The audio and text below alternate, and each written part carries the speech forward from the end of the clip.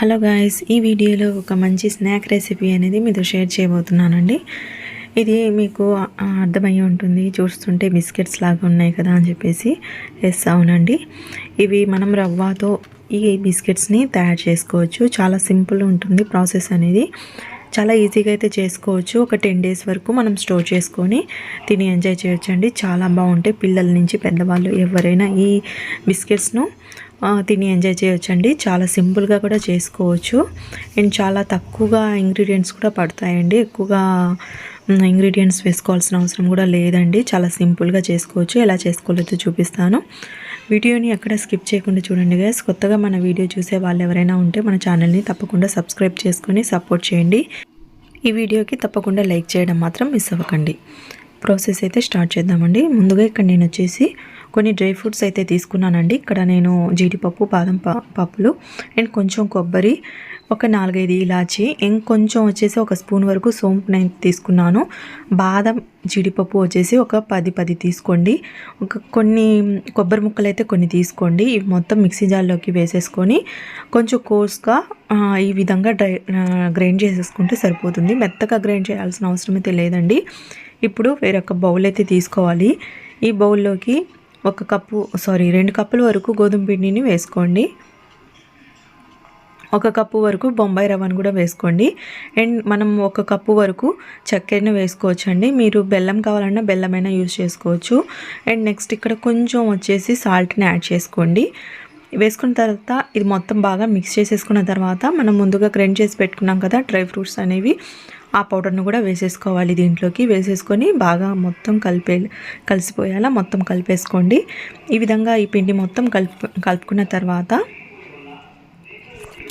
ఇప్పుడు దీంట్లో వచ్చేసి ఒక 3 స్పూన్స్ వరకు నెయ్యిని వేసుకోండి. అంటే కాచి చల్లార్చిన నెయ్యి ఉంటుంది కదా, అది వేసుకొని బాగా అయితే మిక్స్ చేసేసుకోవాలి. మిక్స్ చేసేసుకున్న తర్వాత ఇప్పుడు దీంట్లోకి బాగా పిండి ముద్దలాగా కలుపుకోవాలి అంటే వాటర్ యూజ్ చేయకుండా పాలను యూజ్ చేసుకొని పిండి ముద్దలాగా అయితే కలుపుకోవాలండి.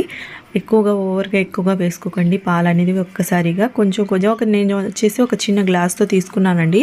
ఆ గ్లాస్తో కొన్ని పాలు అనేవి వేస్తూ నేను ఒక పిండి ముద్దలాగా అయితే కలిపి పెట్టుకున్నాను.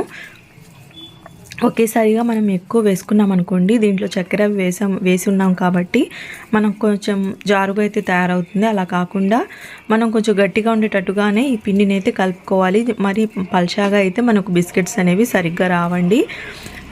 ఆయిల్లో వేయంగానే విడిపోతాయి, అంటే కొంచెం బ్రేక్ అయినట్టుగా అలా అనిపిస్తూ ఉంటుందండి. చూడండి, ఈ విధంగా బాగా ఒక పిండి ముద్దలాగా కలిపి పెట్టుకోవాలి. కన్సిస్టెన్సీ అనేది ఈ విధంగా ఉంటే సరిపోతుంది. అంటే మరీ మెత్తగా కాదు, మరీ గట్టిగా కాదు, ఇలా ఉంటే సరిపోతుందండి. దీన్ని ఒక 10 నిమిషాలు పక్కన పెట్టేసి కొంచెం నాననిచ్చిన తర్వాత ఇప్పుడు మనం బిస్కెట్స్ అనేవి ఎలా చేసుకోవాలంటే, మనం చేతిలోకి అన్నం ముద్ద తీసుకుంటాం కదా, అంటే ఒక చిన్న లడ్డు సైజ్ ఆ పిండిని తీసుకొని అన్నం ముద్ద ఎలా కలుపుతామండి, చేతిలోకి పెట్టుకొని అలా కలుపుకొని ఈ విధంగా ప్లేట్ పైన పెట్టేసి మీ దగ్గర టూత్ పిక్ ఉంటే టూత్ పిక్తో ఈ విధంగా అయితే కొంచెం షేప్స్ లాగా అయితే ఇవ్వండి. లేకపోతే టూత్ పిక్ లేదు అంటే ఫోర్క్ ఉంటుంది కదా, ఫోర్క్తో అయినా మనం ఈ విధంగా ఘాట్ లాగా పెట్టుకోవచ్చండి. అంటే మనకి లీఫ్ ఉంటుంది కదా, లీఫ్ పైన ఇలాంటి స్ట్రైప్స్ ఉంటాయి కదా, అలా పెట్టుకుంటే సరిపోతుంది.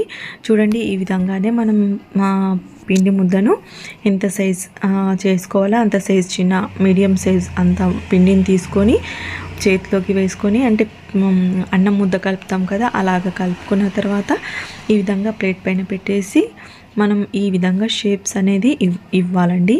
చూడండి, మంచిగా ఎలా మనకు లీఫ్ షేప్ అయితే కనిపిస్తుంది కదా, ఇలాగే పిండిని మొత్తం అలాగే షేప్స్ అనేవి ఇచ్చుకోవాలి.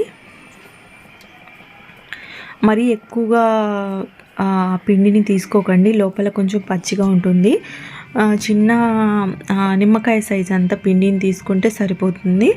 చూడండి, ఈ విధంగా అన్ని బిస్కెట్స్ అనేవి తయారు చేసుకొని ఒక ప్లేట్లోకి వేసుకొని పెట్టుకోండి. ఇలా ఈ బిస్కెట్స్ను మనం ఇప్పుడు డీప్ ఫ్రై అయితే చేసుకోవాలండి. డీప్ ఫ్రైకి సరిపడినంత ఆయిల్ అనేది కడాయిలో వేసుకొని ఆయిల్ హీట్ అయిన తర్వాత, ఎక్కువగా ఆయిల్ హీట్ అవ్వాల్సిన అవసరం అయితే లేదండి. కొంచెం ఆయిల్ హీట్ అయిన తర్వాత మనం చేసి పెట్టుకున్న బిస్కెట్స్ ఉన్నాయి కదా, బిస్కెట్స్ను వేసేసుకొని ఫ్లేమ్ అనేది సిమ్ టు మీడియం ఫ్లేమ్లో అడ్జస్ట్ చేసుకొని ఫ్రై చేసేసుకోవాలండి. వెంటనే అయితే టర్న్ చేయకండి, కొంచెం సేపు ఒక 2 నిమిషాలు ఉన్న తర్వాత టర్న్ చేసుకుంటే సరిపోతుంది. హై ఫ్లేమ్లో అయితే అస్సలు పెట్టకండి. ఆ హై ఫ్లేమ్లో పెడితే పైన వచ్చేసి బ్రౌన్ వచ్చేస్తుంది, లోపల పచ్చిగానే ఉండిపోతుందండి. అలా కాకుండా సిమ్ టు మీడియం ఫ్లేమ్లో పెట్టేసి బిస్కెట్స్ను ఫ్రై చేసేసుకోవాలి.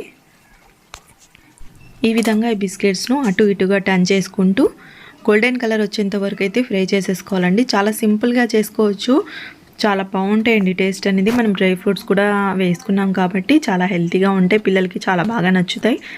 అండ్ వీటిని ఒక 10 days 15 days వరకైనా స్టోర్ చేసుకోవచ్చండి. మంచిగా ఎయిర్టైట్ కంటైనర్ ఉంటుంది కదా, దాంట్లో వేసుకొని స్టోర్ చేసుకుంటే బాగుంటాయి. ఈ విధంగా చూడండి గోల్డెన్ కలర్ వచ్చేంత వరకు ఒక ప్లేట్లో వేయించుకొని ఒక ప్లేట్లోకి అయితే తీసుకోవాలి.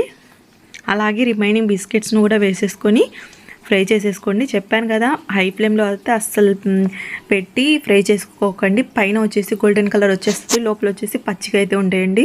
అలా కాకుండా సిమ్ టు మీడియం ఫ్లేమ్లో పెట్టేసుకొని బిస్కెట్స్ని మంచిగా ఫ్రై చేసేసుకోండి. అప్పుడు చాలా బాగుంటాయి టేస్ట్ కూడా.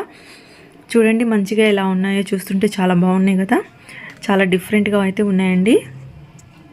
ఒకసారి ట్రై చేసి చూడండి బిస్కెట్స్ ఎలా ఉన్నాయి ఏంటి అని నా కామెంట్ సెక్షన్లో కామెంట్ చేయండి. వీడియో నచ్చితే తప్పకుండా లైక్ చేయండి, మన ఛానల్లో సబ్స్క్రైబ్ చేసుకొని సపోర్ట్ చేయండి guys. Thank you for watching, bye.